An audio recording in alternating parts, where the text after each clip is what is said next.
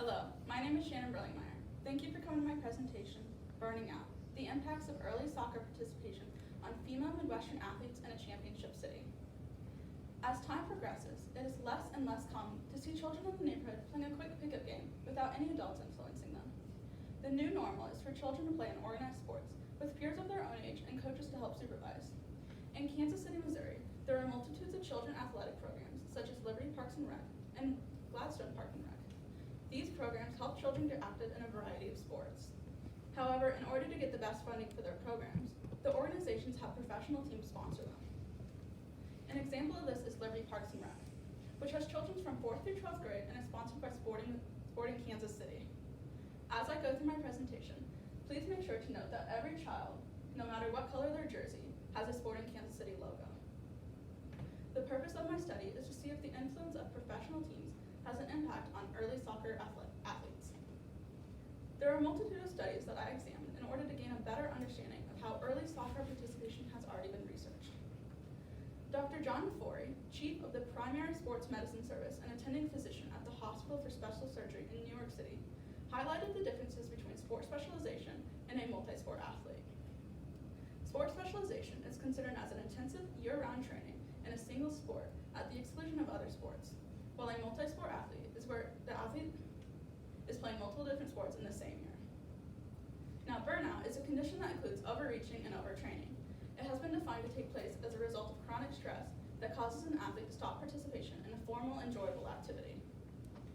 Moving on to the positive effects of early soccer participation, Dr. Donna Merkel of the Bryn Mawr Rehabilitation Hospital and Mainline Health System says that positive health benefits for physically active females include a lowered risk of developing breast cancer, osteoporosis, heart disease, and obesity. Also, teenage pregnancy rates, unprotected sexual intercourse, and suicide have also decreased with physical activity and participation within athletics. However, Dr. Merkel also emphasized the negative effects of early soccer participation. According to physical, psychological, and cognitive development, an athlete should be at least 6 years of age before participating in an organized team sport.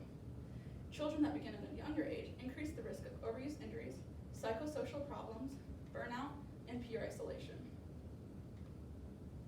Continuing on, Dr. DeForey also focused on injuries. Former injuries are a large indicator of requiring overuse injury, as well as playing intense sports during growth spurts. Skeletal immaturity is less resistant to elastic, cutting, and compressive forces than more mature bones. Therefore, athletes that start playing at a younger age are at a higher risk of injuring themselves throughout their athletic career or obtaining more physical health issues as they grow older. This suggests that athletes who had early specialized training withdrew from their sport due to either an injury or burnout from the sport. According to Dr. Joel S. Brenner, the medical director of the Children's Hospital of the King's Daughter Sports Program, the U.S. Olympic Committee, along with the national governing bodies, use the long-term athlete development program principles to create the American Development Model. Each of these steps are the recommended ages that an athlete moves up competitive level in their sport and therefore an impact level on their health. Stage 1 is discovering, learning, and playing. During this stage is when a child would learn what sports they are interested in. The second stage is developing and challenging. This is when a child would begin joining competitive teams and learning how to play. The third stage is when training and competition may begin. During the fourth stage is when intensive training and specialization will be achieved. Finally, the fifth stage is where most athletes will reach. This is everyday fitness that helps people stay in shape. For the purposes of my presentation, I have defined the term championship city. A championship city is defined as a city that has 3 or more potentially successful athletic teams based within that city. As this experiment took place in Kansas City, Missouri, the 3 successful athletic teams are the Kansas City Chiefs, Kansas City Royals, and Sporting Kansas City. Although a great deal of studies have been done on early athletic participation, only a small quantity have been carried out on early soccer participation in a championship city. Sporting Kansas City sponsors many club soccers, such as the 17 boys and girls competitive Sporting Missouri Valley teams. These clubs are based within 8 Midwestern states. However, only Kansas City has 2 other successful professional teams based within that city. All this has led me to explore the possible implications of the physical, mental, and social aspects of early soccer participation on adult female athletes in a championship city. I originally planned to conduct an in-person focus group while collecting participants through a local soccer field. However, due to COVID-19, I was restricted to an online video Zoom call meeting. But due to participant scheduling issues, I made the decision to turn the video call Zoom meeting into an asynchronistic focus survey. Through the survey, I received 15 participants from the Kansas City metropolitan area. Each participant was required to be 18 years or older, played in the Kansas City metropolitan area, and female. These participants were anonymous, and therefore their diversity is unknown. One survey was excluded as it was discovered that the participant was male through his email when he asked for a final copy of the results. Therefore, only 14 surveys were used. The survey consisted of 14 open-ended questions where the participants could answer as much or as little as they wanted, and 2 questions that followed an interval scale of 1 through 10. The asynchronous survey shows as followed. When asked the question, at what age did you start playing soccer? 4 of the participants were older than the age of 6 when they first began. However, 10 were younger than the recommended age of 6 when they first began playing soccer. For the second question, I asked the participants if they still play soccer and to explain their reasonings for continuing or quitting. There was a total of 15 answers as some of the participants answered more than one reason.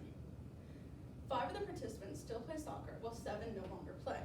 As seen in figure 2A, of the 5 participants that still play soccer, they play because they love the game, while 2 of the participants only play because they are still coaching a soccer team.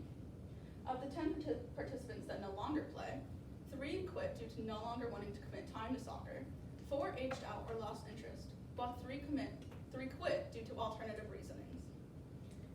When asked the questions, how many injuries did you get from playing soccer? 5 of the participants had never been injured. Of the 14 injuries, 4 people only had minor sprains and stiffnesses, 7 participants experienced serious injuries, which was defined as an injury that kept participants out of soccer for more than 4 months, and 3 people only had injuries from other sports. The 4th question I asked the participants was, did you ever feel burnout while playing soccer? Of the 7 participants that did not experience burnout, 5 people loved playing soccer, and one enjoyed the traveling soccer required, and 1 did not experience burnout for alternative reasons. Of the 7 participants that had experienced burnout, 5 of the 7 participants felt that they experienced burnout because they were pushed too hard and felt too much pressure, while 2 experienced burnout because they did not enjoy playing soccer. When the participants were asked if they had ever played for a team supported by Sporting Kansas City, 9 of the participants had never played on a soccer team supported by Sporting Kansas City, while 5 of the participants had. For my final question, I asked my participants how they feel they were influenced by Sporting Kansas City. 8 of the 14 participants answered that they had a low level of impact by Sporting Kansas City, while 4 had a high level of impact. However, 2 participants chose not to answer. The previous results are important to the athletic research field, as it shows that early soccer participation is not positively or negatively impacted by the athletes being located in a championship city.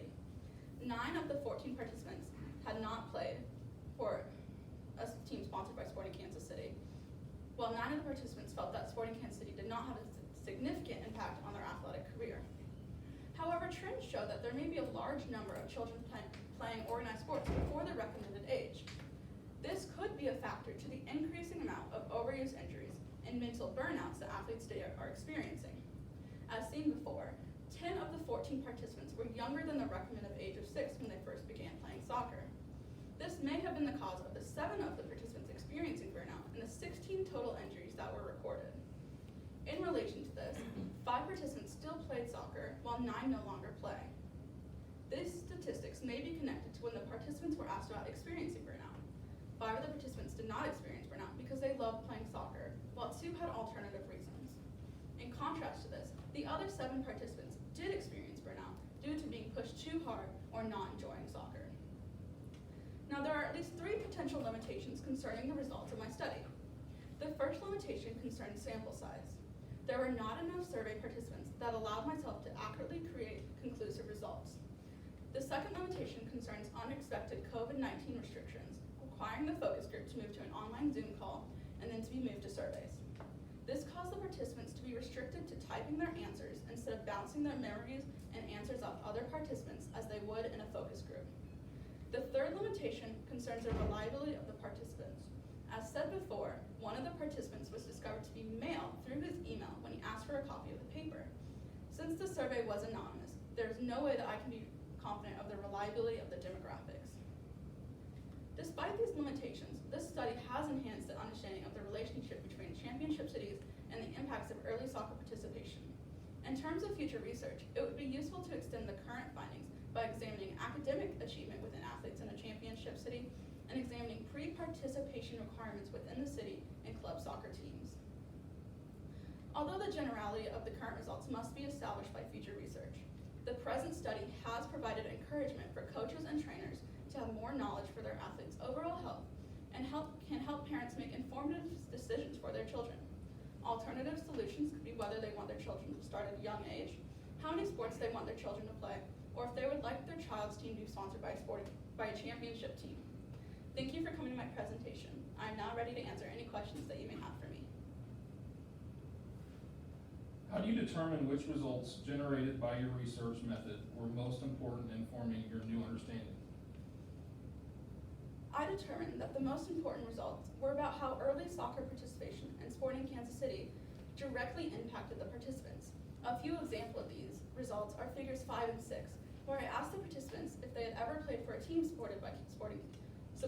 sponsored by Sporting Kansas City, and how they feel they were impacted by Sporting Kansas City. These questions helped me make the final conclusion, and that championship cities do not positively or negatively impact early soccer participation, as the participants felt that they did not feel highly impacted by Sporting Kansas City. How does your new understanding address a gap in the scholarly conversation? My new understanding addresses a pretty notable gap in the scholarly conversation revolving around the relationship between early soccer participation and championship cities. Seeing as championship cities have not been studied before in the professional field, the new understanding that I established is that according to my results, championship cities do not directly impact early soccer athletes, but there is a need for more research to create a higher understanding of the topic. If you could revisit your research process, what would you do differently and why? If I could revisit my research process, I would have chosen to rephrase my survey questions to fit into a survey format. Since I believed that I was going to be talking to the participants in person or over a Zoom call, I phrased questions where the participants could bounce ideas off each other and tell stories. However, as the participants had to type their answers, the questions may have been too long or under-detailed for a participant to answer their full response.